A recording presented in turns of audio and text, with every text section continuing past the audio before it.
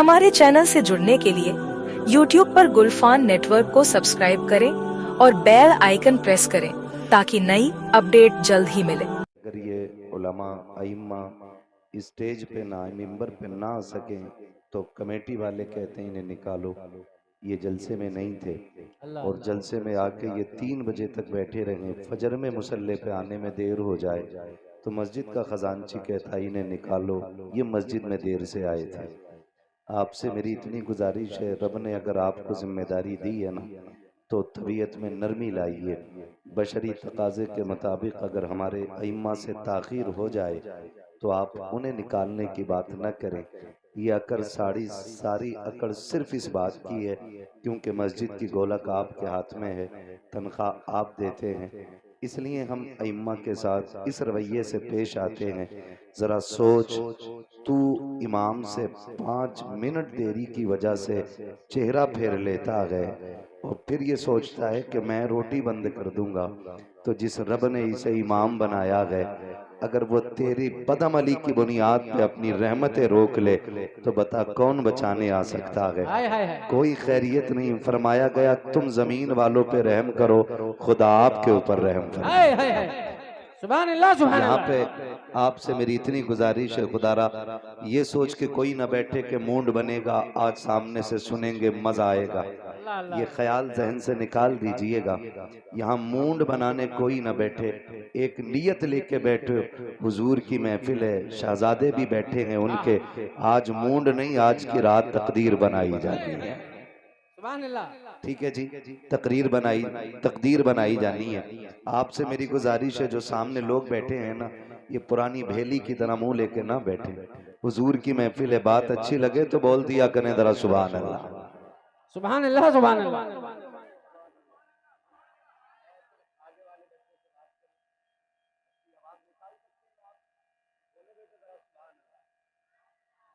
जितनी ताकत बोले जरा सुभान अल्लाह। माशाल्लाह भाई, तारीफ रजा साहिब किबला ने अच्छी नकाबत की है और बड़ी मेहनत की है इस कौम को जिंदा रखने के लिए, तब जाकर के हमें ये सांसें 1 बजे तक हाथ आई है। हाँ, अगर इन्होंने भी अगर हत्ते पत्ते छोड़ दिए होते ना तो शायद मुझे सोते हुए को जगाना पड़ता। मैं जानता हूं हमारी कौम बड़ी हसास कौम है, जागना जानती है। अच्छा, ताकत लगा के बताएं कितनी आवाज से सुभान अल्लाह कह सकते हैं? अगर मैं आपको बताऊं इससे भी ज्यादा आवाज निकाल सकते हैं आप। एक बार और ईमानदारी से जरा निकालें आवाज। या अल्लाह, जिसकी आवाज सबसे तेज निकली हो आज की रात के सदक़े उसे हुजूर का मदीना दिखा दे। आमीन आमीन। जो इससे ज्यादा जोर से बोले अल्लाह उसे माँ बाप के साथ उम्रे की जियारत नसीब फरमा। अल्लाहुम्मा आमीन। हाय हाय हाय। एक दुआ और करूं, सैयदजादे बैठे, ये उलमा बैठे, जी जी। अल्लाह ने सुन ली तो बेड़ा पार हो जाएगा। या अल्लाह, जो इससे ज्यादा जोर से तेरी तस्बीह बयान करे उसे आज की रात के सदक़े जब वो सोए तो ख्वाब में मुस्तफा की जियारत नसीब फरमा। आमीन आमीन। आपके अंदर इतना दम, बहुत खूब, बहुत खूब। लेकिन अपनी ताकत का अंदाजा नहीं आप। हाँ।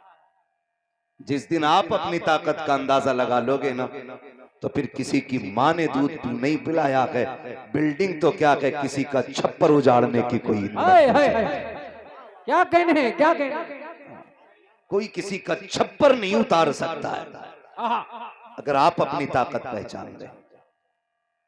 ये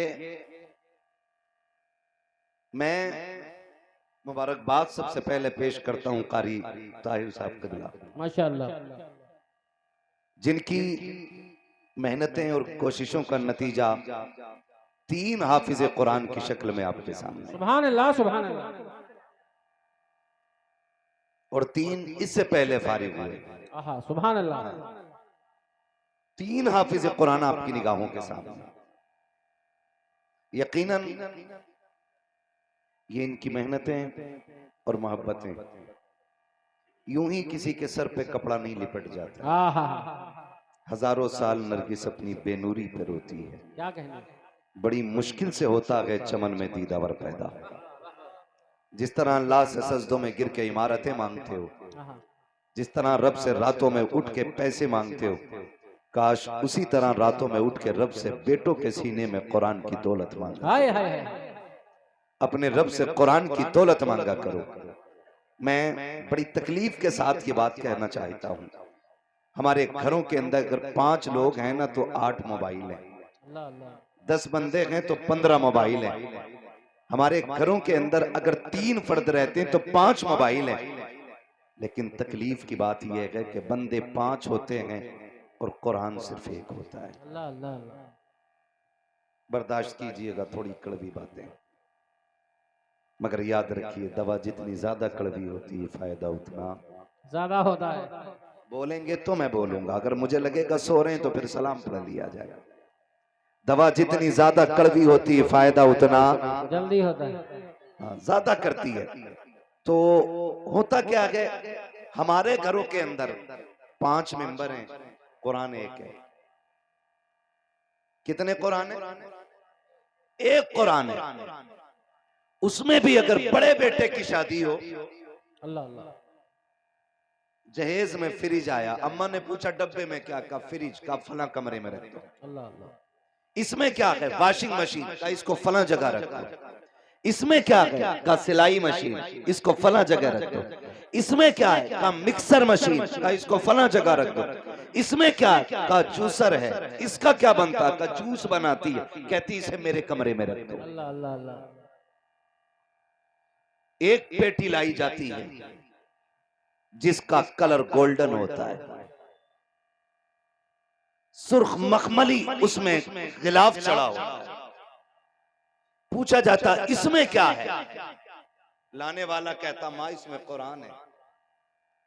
वो कहती है कुरान की क्या जरूरत थी, पहले से कुरान घर में है, वो ही नहीं पढ़े जा रहे, इसे मस्जिद में रखवा दो। बड़ा दुख होता है, लोग दिमाग लगा रहे हैं कि कयामत की कितनी निशानियां पूरी हो गई हैं, कितनी बाकी रह गई हैं। मैं पूछना चाहता हूं यार, जरा बता तो सही, जिस घर के अंदर फ्रिज रखने की जगह हो, वॉशिंग मशीन रखने की जगह हो, टीवी रखने की जगह हो, मिक्सर रखने की जगह हो, दुनिया की तमाम दौलतें रखने की जगह हो, और कुरान रखने के लिए एक अलमारी में जगह मौजूद ना हो, माँ ये कह दे इस कुरान को मस्जिद में पहुंचा दिया जाए, खुदा की कसम अब पूछने की जरूरत लगी है कयामत कब आएगी। कयामत समझ ले दरवाजे पे आके खड़ी हो गई। हाय हाय हाय, क्या कहने, वाह वाह वाह। कयामत दरवाजे पे आ गई है। ये मोहब्बत की हमने कुरान के साथ, कुरान न पढ़ सके हम, कुरान न पढ़ सके, कौन सा मुंह लेके जाएंगे हुजूर की चौखट पे हम।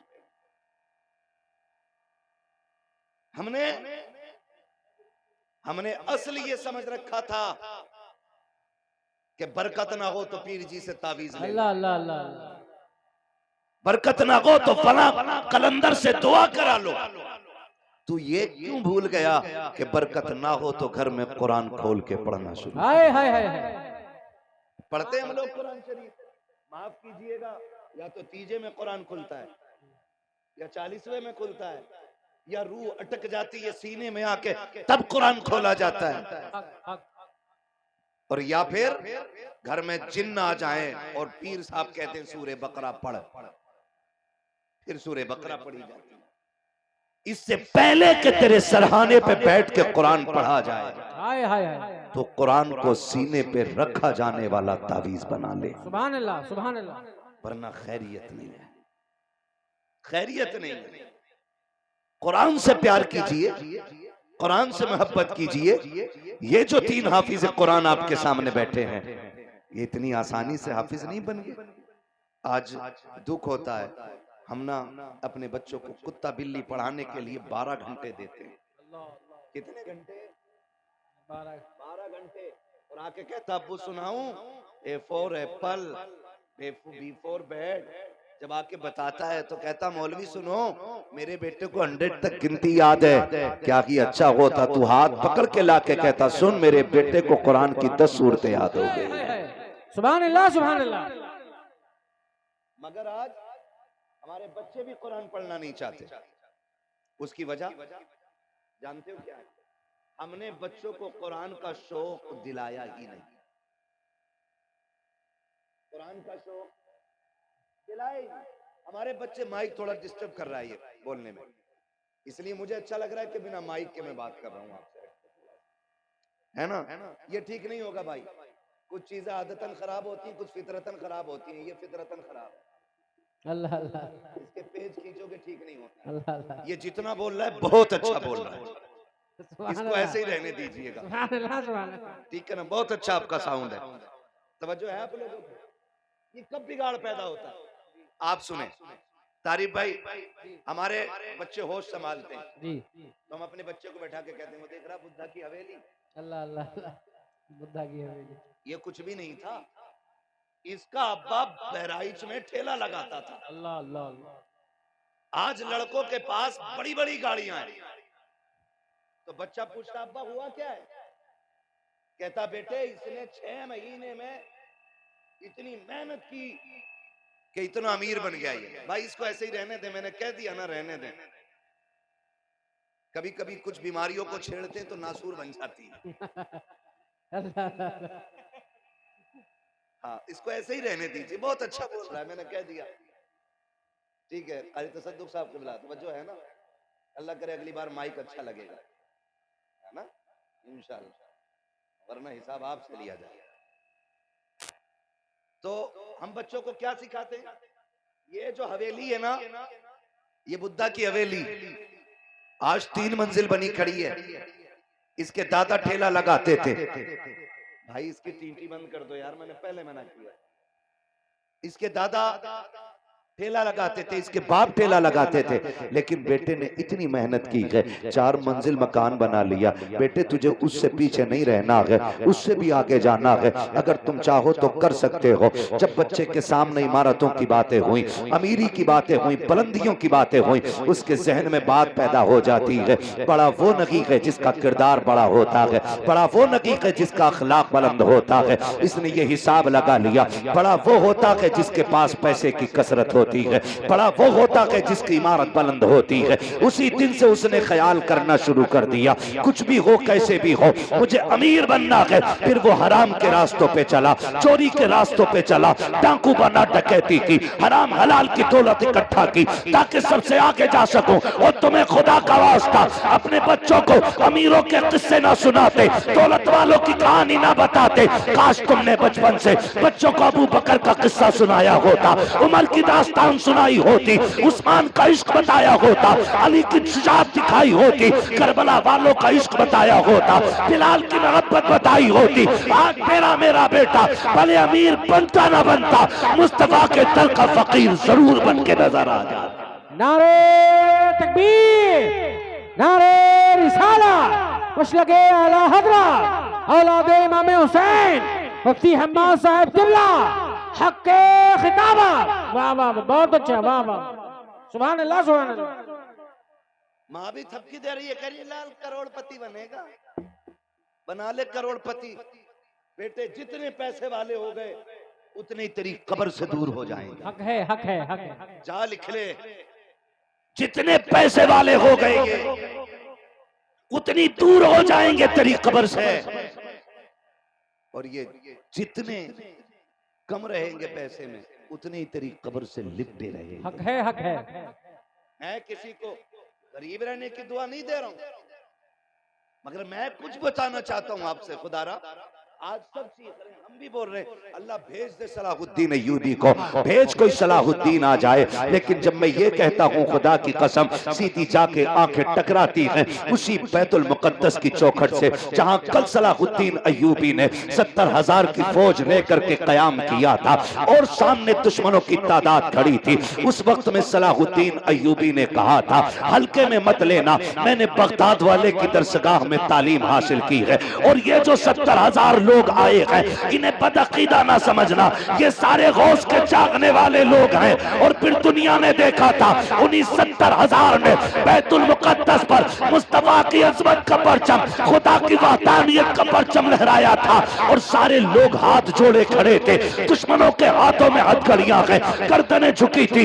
एक दुश्मन ने खड़े होकर कहा था सलाहुद्दीन कितना खुश हो रहा है, आज बैतुल मुकद्दस फतह कर लिया है तो क्या हो गया है, कल हम फिर छीन लेंगे। आपने कहा था अगर तुम फिर छीनोगे खुदा फिर सलाहुद्दीन अय्यूबी भेज देगा। तो जानते हो उस यहूदी ने बड़ी बात कही थी, उसने कहा था सलाहुद्दीन ये तेरा ख्याल है कि तेरे बाद कोई सलाहुद्दीन आएगा, का फिर का हम तुम्हारी कौम से वो माओ की गोद की गैरत छीन लेंगे।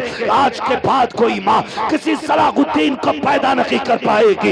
ये यहूदी ने कहा था का क्या करोगे कि तुम्हारे घरों के अंदर गाने पहुंचा देंगे, गैरत छीन लेंगे, हया की चादरें उतार देंगे, फैशन के नाम पे दुपट्टे उतार दिए जाएंगे, तरक्की के नाम पे कपड़े उतार देंगे, फिर वो रखेंगी तो कलमा पढ़ने वाली, लेकिन किसी एंगल से कनीज़े फातिमा नजर नहीं आएंगी। उसने कहा था सलाहुद्दीन ये तो हम भी जानते हैं, सलाहुद्दीन उनकी गोद में आता है जिनकी नजरों में मुस्तफा की अदा होती है, किरदार में खातून जन्नत की हया होती है। नारे तकबीर,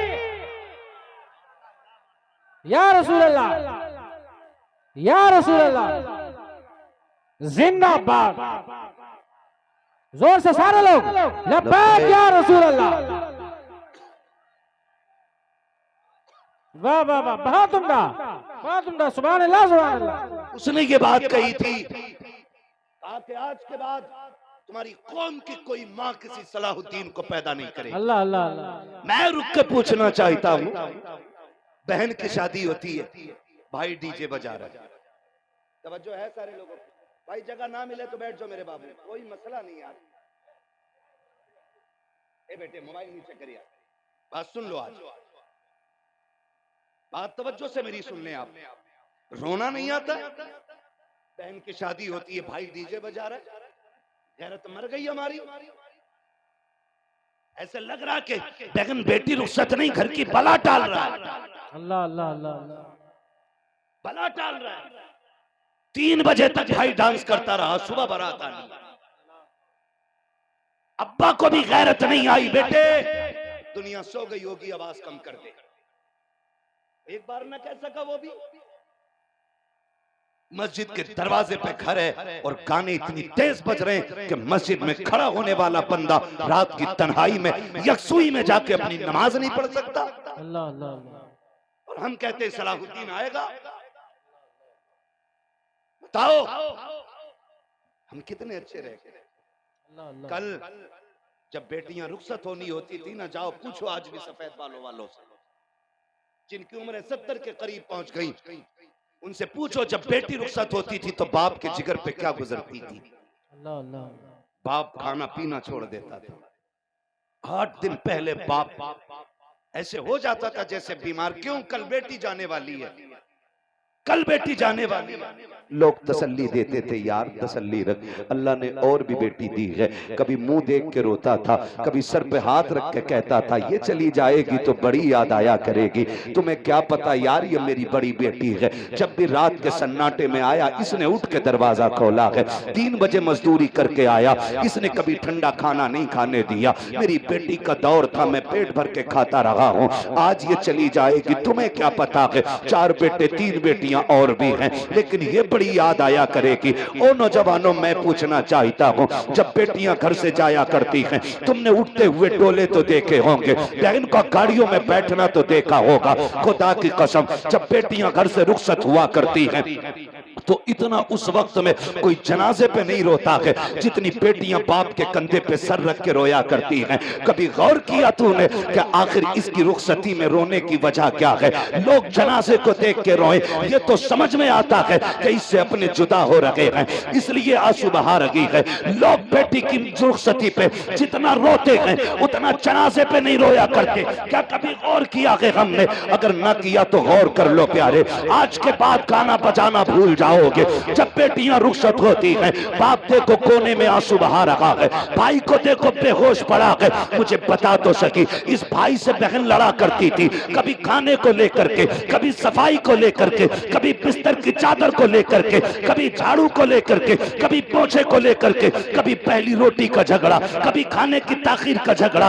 ये तो इतना लड़ती थी, लेकिन आज यही भाई बेहोश पड़ा है। आखिर हो क्या गया है, बात क्या है? वो बाप जो कहता है मैं चट्टान हूँ, आज छुप छुप के क्यों रो रहा है? तो सुनो प्यारे, कभी पूछना उस बाप के रोने की वजह क्या है। वो बाप आपको बताएगा। रोना इसलिए नहीं है कि बेटी छूट रही है, रोना इस बात पे आ रहा है कि कल तक ये मेरे आंगन में थी, मैंने चटनी से खिलाई मगर इज्जत से खिलाई थी, मैंने सूखे टुकड़े खिलाए थे मगर इज्जत के खिलाए थे। आज रोना इस बात पे आ रहा है कि पराए घर जा रही है। खुदा जाने इसे सोने के लुक़मे मिलेंगे, मगर रब जाने इज्जत से मिलेंगे कि जिल्लत से मिलेंगे। मैं ये सोच के रो रहा हूँ, मेरी बेटी एक ताना सुन के मुर्ग मुसल्लम छोड़ देती है, पराई घर में जूतियां खानी पड़ी तो मेरी बेटी का पेट कैसे भरेगा? ये सोच करके बाप रोया करता है। और तुम्हें खुदा का वास्ता, जब बेटियों की रुखसती की बारी आया करे, गाने ना बजाया करो, डीजे ना बजाया करो, खुदा तौफीक दे, मस्जिद में जाया करो, मुसल्ले बिछा दिया करो और रो के कहा करो मालिक मेरी बहन मेरे आंगन में रखी है, मालिक हमने दुख नहीं होने दिया है, आज नजरों से ओझल हो रही है, ए खुदा तेरी रहमत के हवाले है। रो के बेटी के लिए मस्जिद में सुकून मांगा करो। खुदा की कसम, इधर बेटी का कदम निकलेगा, उधर आसमानों से रब का करम आना शुरू हो जाए। नारे तकबीर, नारे रिसाला, मशलके आला हज़रत औलादे इमाम हुसैन, इस्लाह मुआशरा कॉन्फ्रेंस, हक़ खिताबा। क्या कहने हजरत, वाह वाह वाह वाह, बहुत उम्दा, बहुत उम्दा, वाह वाह। मुश्किल होता है, मुश्किल होता है। बेटियों की रुखसती कोई मजाक नहीं है। आज हम डीजे बजा रहे, बेटी जाने वाली है, आज हमें रहमतें लेनी थी रब की, हमने नाराज कर दिया अपने रब को। मैं पूछना चाहता हूं आपसे, बताओ कौन है जिसे जन्नत नहीं चाहिए? हर बंदा जन्नत में जाना चाहता है। मैं भी कहता हूं अल्लाह हमें जन्नत अता फरमा। आमीन आमीन। महबूब ने फरमाया सारे अल्लाह से जन्नत मांगा करो, इसलिए कि जब कोई अल्लाह से 3 बार कहता है ना अल्लाह जन्नत दे, जन्नत दे, जन्नत दे, जन्नत खुद कहती है मालिक मुझे इसके नसीब में लिख दे। हाय हाय हाय, सुभान अल्लाह। अल्लाह से जन्नत मांगनी चाहिए, सबको चाहिए जन्नत। लेकिन सच बताया, अगर आखिरी लम्हे में जबान पे कलमा नहीं आया तो क्या बने? अल्लाह अल्लाह। अगर तुम आखिरी और हम आखिरी वक्त में कलमा न पढ़ सके, हमारा होगा क्या? खुदारा बदलें अपने रवैये, कुरान के आदी बने, कुरान के आदी बने। माँ बहनों से गुजारिश है, तुम्हारे एसी फ्रिज को जगह मिले ना मिले, लेकिन कुरान को घर में सबसे अच्छी जगह मिलनी चाहिए। क्या बात, सबसे अच्छी जगह मिलनी चाहिए। जानते हो एक घर में 5 लोग 8 मोबाइल क्यों? क्योंकि दोनों हाथों से चला रहे आज का, दोनों हाथों से चला रहा है। और एक कुरान रखा है लेकिन 8 दिन तक उसका नंबर नहीं आता खुलने। क्यों? क्योंकि किसी को कुरान आता ही नहीं। अल्लाह अल्लाह अल्लाह। कुरान किसी को आता ही नहीं है। महबूब अलैहिस्सलाम ने फरमाया जिस घर में कुरान नमाज न पढ़ी जाए वो घर जमीन पे कब्रिस्तान होता है। अल्लाह अल्लाह अल्लाह। कब्रिस्तान है वो। अब फिर तुम उसमें जितनी चाहो झालरें लगा दो, जब महबूब ने कब्रिस्तान कह दिया तो अब उसमें कोई भी चीज खुशियां पैदा नहीं कर सकती। हक है, हक है।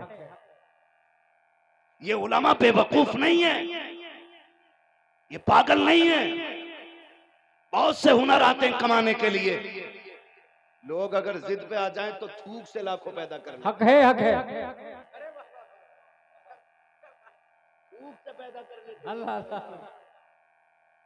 और फिर ये तो उलमा है, आपको क्या लगता है इन्हें कहीं रोटी नहीं मिलेगी?